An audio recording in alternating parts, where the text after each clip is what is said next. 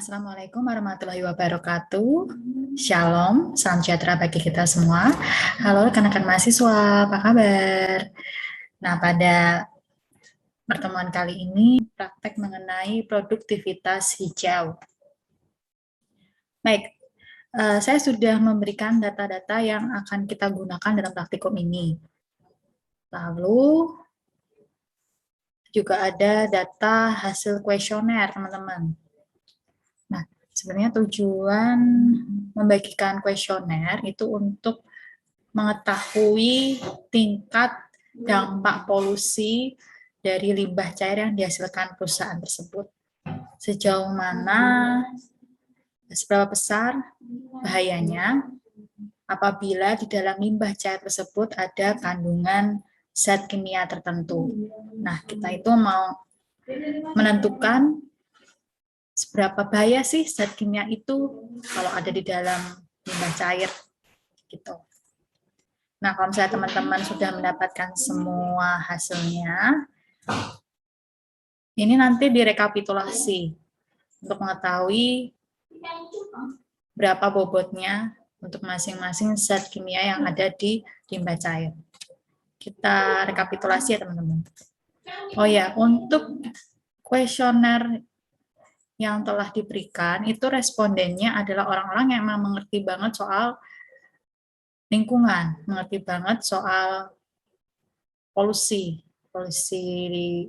pada zat cair. Nah, jadi respondennya tuh bisa dari konsultan lingkungan, orang-orang yang belajar ilmu lingkungan, kemudian orang-orang yang belajar kimia, kemudian juga orang-orang yang ada di perusahaan tersebut yang memang langsung memegang amdalnya. Atau juga bisa konsumen yang memang mengerti hal tersebut. Jadi nanti mau dilihat bagaimana pendapatnya antara yang memang konsultan lingkungan, orang-orang yang ahli lingkungan dengan orang dari perusahaan tersebut. Akan dilihat seberapa besar sih bobot polusinya.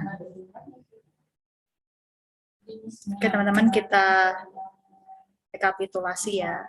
Kita masukkan satu-satu.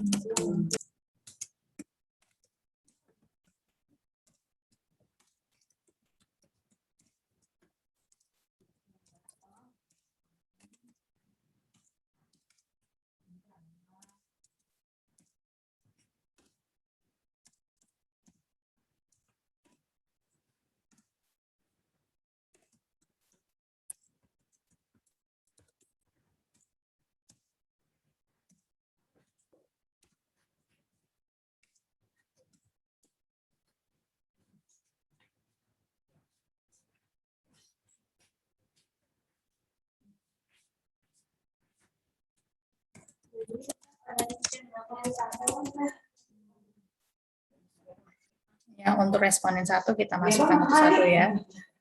4, 4, 3, 4, 4, 3. Responden 2, 3, 3, 4, 3, 3, 4. Kemudian untuk responden 3, 4, 4, 4, 4, 3, 3. Responden 4, 3, 3, 3, 3, 3, 3. Nah, kita nanti tinggal menghitung nilai rata-ratanya aja. Nah, seperti biasa teman-teman pakainya average sama dengan average ya. Kurung buka sheet yang pertama, terus tinggal drag aja ke kanan, tutup kurung, enter. Kalau udah, drag ke bawah. Nah, semudah itu, geng. Untuk pembulatan, kalau 5 ke atas berarti jadinya 4. Berarti pembulatannya untuk BOD 4, COD 4, TSS 4, pH asam 4, pH basa 3, minyak dan lemak 3. Jadi ini bobotnya teman-teman ya yang dipakai nanti. Oke, selanjutnya kita melihat data hasil pengukuran limbah cair secara keseluruhan. Nah, data ini teman-teman pindahkan di Excel. Kita pindahkan di Excel ya teman-teman. Nah, kalau sudah dipindahkan, kita tinggal melakukan perhitungan untuk masing-masing tanggal analisis. Teman-teman di sini bisa lihat tanggal analisisnya itu setiap 2 bulan sekali ya. Jadi ada Juni, kemudian Agustus, dan Oktober. Berarti kita yang pertama adalah menghitung untuk yang bulan Juni. Dan yang teman-teman perhatikan banget ini adalah nilai pH di sini. Lihat ya teman-teman, itu ada range, jadi bukan satu nilai baku mutu saja, tapi range 6-9. Dan nanti dilihatnya berdasarkan batas atas. Jadi seperti ini, 6,92 itu mengikut batas atasnya berapa? Batas atasnya 9. Kalau nanti nilainya 5, batas atasnya mana? 6. Tapi kalau 6,92 batas atasnya 9. Jadi yang dilihat adalah batas atas, bukan batas bawahnya. Kalau di sini nilai batas atasnya adalah 9.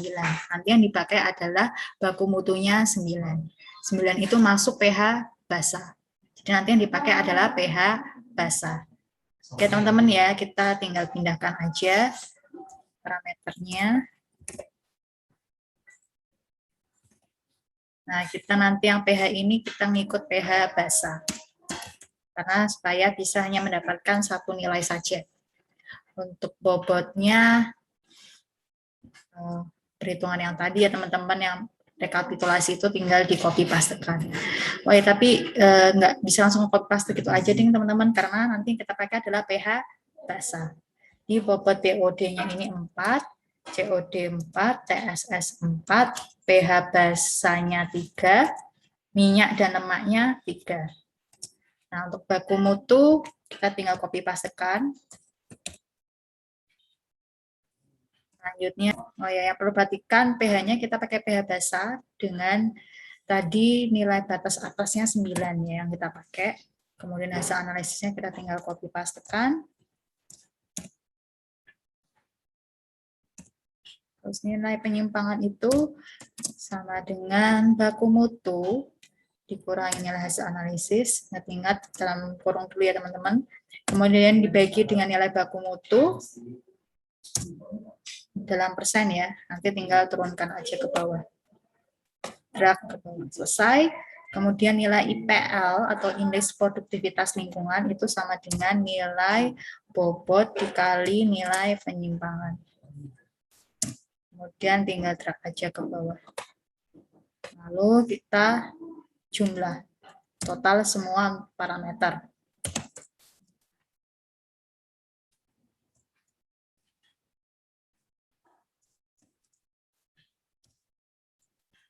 Lalu kita lakukan hal yang sama untuk bulan Agustus. Jadi kita dari parameter bobot baku mutu itu bakal sama semua, jadi kita tinggal copy pastekan saja.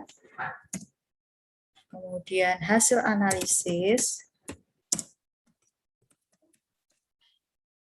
Kita copy pastekan yang bulan Agustus ya teman-teman.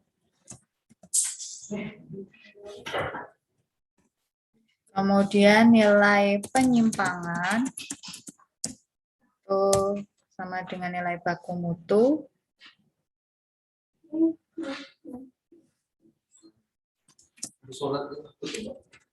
Dikurangi nilai hasil analisis dibagi nilai baku mutu.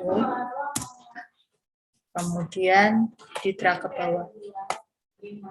Kemudian masuk ke nilai indeks produktivitas lingkungan.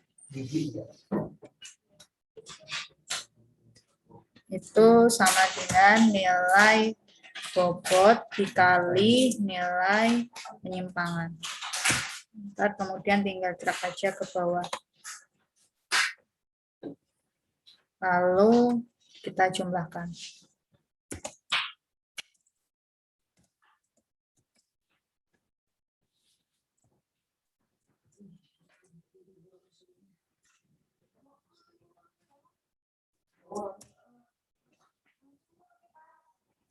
Lalu selanjutnya yang bulan Oktober.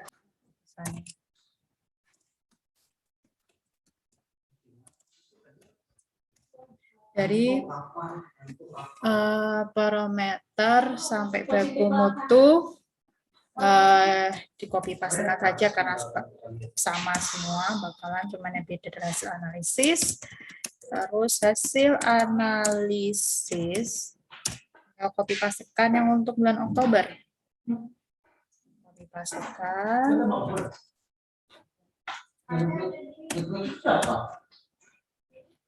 Kemudian nilai penyimpangan. Nah, kemudian untuk nilai penyimpangan itu sama ya, nilai baku mutu dikurangi nilai hasil analisis dibagi nilai baku mutu. Nanti tinggal jadi persen ya.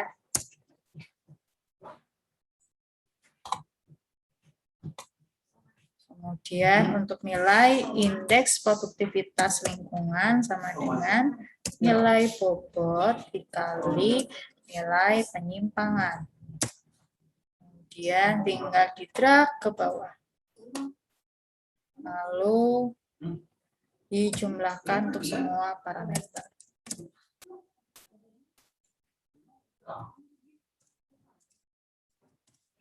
Nah,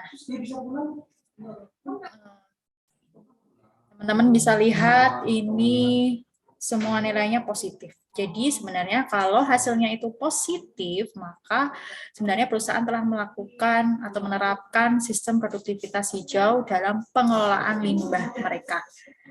Dan berarti limbah cair yang dikeluarkan itu sudah terhitung aman, sudah dapat dikatakan aman. Tetapi dapat dilihat nilai produktivitasnya menurun dari 2 bulan per 2 bulannya gitu. Dari setiap analisisnya menurun, berarti tingkat keamanannya pun juga semakin menurun. Kualitas limbah cairnya semakin menurun. Sehingga perlu ditindaklanjuti supaya jangan sampai terus menurun dan akhirnya malah tidak aman. Jadi teman-teman, semoga dapat dipahami. Terima kasih dan wassalamualaikum warahmatullahi wabarakatuh.